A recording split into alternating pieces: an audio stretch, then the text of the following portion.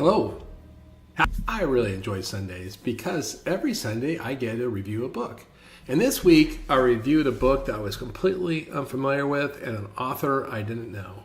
I came across a book in a Wall Street Journal article that strongly recommended the book. The name of the book is Life in Three Dimensions. And I'm going to say the author's name, but understand I don't know how to pronounce it. It's Shigehiro Oishi.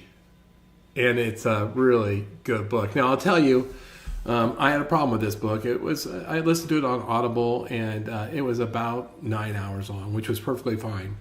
But I disagree with the book for the first half of the book. And here's the general premise.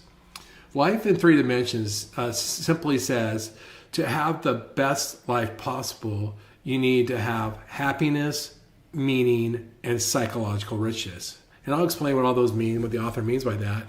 But the thing I disagreed with in the book was the author seemed to prioritize psychological richness over happiness or meaning. In fact, in the beginning of the book, he made it sound as if it would be better to be unhappy but have psychological richness, or to have no meaning and have psychological richness, because he was just arguing, or he's pre-framing the importance of psychological richness.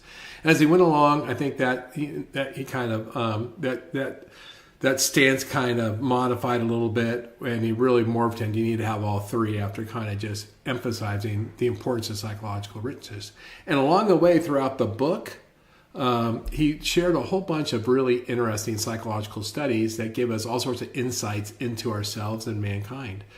For example, with who people tend to date, who they tend to marry, choices they tend to make, how we infer experiences. And those were all really rich and good. And so in the end, I really liked the book. But let me give you a little background on this book. So you know what? I would love to give you a background. But Oishi is a world-renowned psychologist. He's won a ton of awards. He has a bunch of accolades. He's written a previous book, The Psychology of Mankind, I think was the previous book. And then, of course, this book. Very thoughtful, really good book. And in some of the key points to frame this up is first the happiness trap. And this is, where the happiness trap, where, Oishi criticizes the singular pursuit of happiness, suggesting that it can lead to complacency and a lack of growth. Right. And so just being happy isn't enough. And that was, like I said, somewhat offensive because I want to be happy and I want everybody else to be happy. The meaning trap, another concept, focuses exclusively on meanings can result in narrowness or rigid adherence to societal expectations, which can limit personal exploration. And in this concept, he argues, look, serving others and giving to others, having significance doesn't make you the happiest person or give you psychological richness. And he uses a whole bunch of examples. And then here's the key thing on psychological richness. This dimension is about embracing a variety of experiences, challenges, and uncertainties that push us to grow and evolve. And I'll explain that a little bit more. And so he really talks about how we have to balance the three dimensions. And then he also puts some cultural context.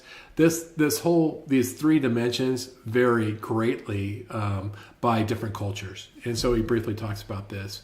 So to get in the book really quickly, I'll share some of the key concepts from each chapter. I'll go quickly, just enough to entice you to read or listen to it. I actually got a lot out of the end, and I'm telling you, I did not like it the first 2/3 of the way through the book. I was really resisting. I'm glad I got to the end. So chapter 1, should I stay or should I go? The key point here is a lot of times if we stay in our own contentment or comfort zone, we miss out on some of the richness of life. And so he would argue when, faced with the decision, should I stay or should I go? You should almost go, is essentially the answer. And the happiness trap we talked about in this one, he just says, hey, look, if you just stay happy all the time, if that's your only thing, you're not going to have a lot of rich experiences. You're going to be in your comfort zone. You're going to be complacent. You need to get out of that. Even being unhappy sometimes helps you live a more fulfilled life. And in the beginning, I didn't necessarily embrace that so much. And the same thing with the meaning trap, that is meaningless and significance, Sometimes we just search for a life of meaning, or try to serve a life of meaning. It's very narrow. We miss a lot of opportunities for self-growth. Sometimes being purely selfish to serve others doesn't actually serve us best. Also, it can stifle creativity. And so he argued against that. And like I said at the beginning of the book, he was arguing, it sounded like he was thinking that both happiness and meaningness or significance were, secondary and tertiary to psychological, richness. Chapter 4, A Life of Exploration. This is where he starts to, say, look, the way that you can enrich your life is to have new experiences, to have exploration. And that he argued for curiosity. Curiosity plays a big role in psychological richness. That being curious leads us to explore, leads us to have new experiences. And that leads us to having a more fulfilling life. Chapter 5, the ingredients of psychological richness, and they are simply stated: curiosity, exploration, and a willingness to confront challenges. Chapter 6 is who's rich, psychologically rich, and the answer there, as you can imagine, is people that actively seek out new and diverse experiences, even unpleasant experiences. And what he says, people that have a bunch of pleasant and unpleasant experiences generally lead a more fulfilled life than people that just only have happy experiences. Chapter 7 is playfulness. He talks about playfulness, and playfulness is this really a vehicle to having those richer experiences. It gives you creativity and openness to new experiences, and so creativity, it fosters curiosity.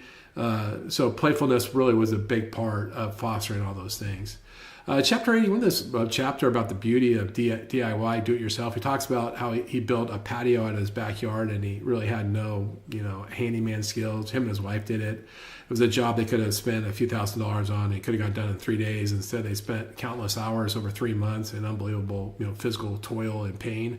He's like, but that trial, those tribulations, gave a richness to their life. They gave them life stories, right? And that contributed to their psychological richness, and so he was all about taking on projects that make you uncomfortable, doing things that you don't like, doing things that are different. He talked about all the time. Do something. His 3, I think, ingredients overall for psychological richness is do something nobody else has done, do something you would never do. I mean, it's just really get out of your comfort zone and trying something else.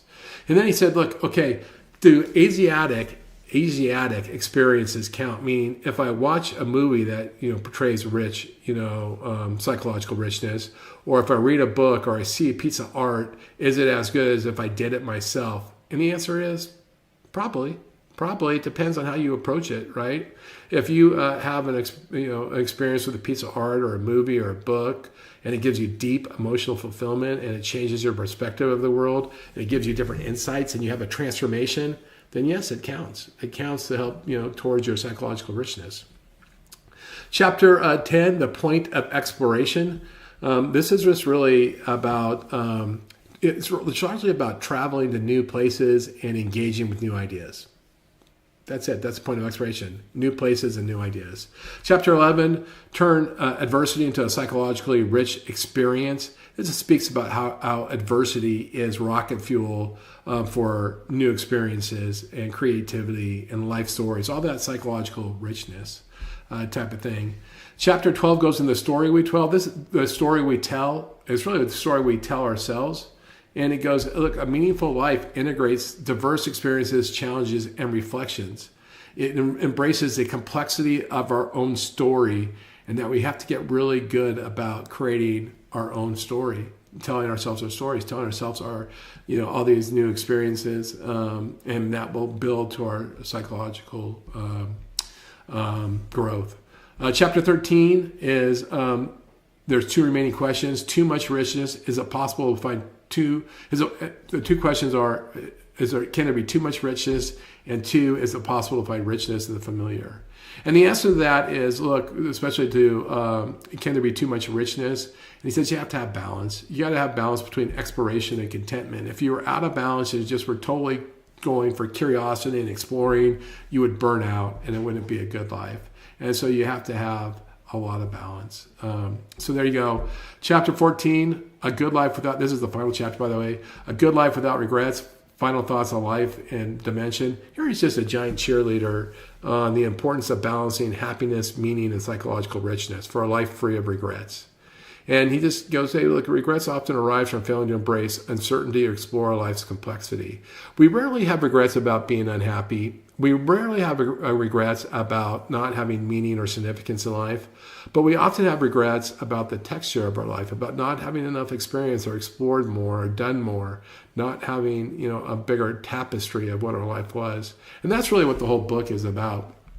And I'll wrap this up. And like I said, I for the longest time when I was listening to this book, I was going, I don't want to do this review because I don't have anything positive to say. But then the last third of the book, apparently my light bulb went off and I started to get it and I started to appreciate it. And I really appreciated the psych studies that they shared in the last third of the book, because they really were really interesting how we pick our mates and how we approach experiences. But let me leave you with a couple of Oishi quotes from the book. A good life is not defined by one dimension. It's the interplay of happiness, meaning, and psychological richness that creates the most fulfilling life. And then the second quote is, true fulfillment comes from navigating the delicate balance between the personal aspirations and social framework in which we operate. So there you go.